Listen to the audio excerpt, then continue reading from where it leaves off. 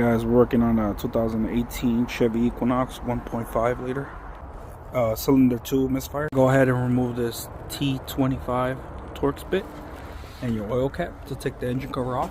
Done with that, I'm gonna go ahead and lift up. Just get the foam out of there. We're gonna go ahead and take off this wiring harness from cylinder 2. This is gonna be a 10mm bolt right here. Go ahead and pull out your spark plug. Perfect.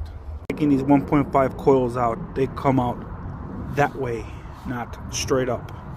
They're positioned like you'll be needing a 9/16 spark plug socket. Make it a little easier on you. Go ahead and take the wiring harness off cylinder 3 so you can go ahead and start taking spark plug out. Here's your part number. Get in there by hand and then ratchet.